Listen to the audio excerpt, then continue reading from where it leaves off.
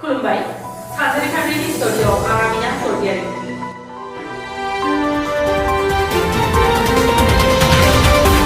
गोजां बोथोरनि पार्लियामेन्ट जथुमा फैगौ 2 डिसेम्बरनिफ्राय जागायगोन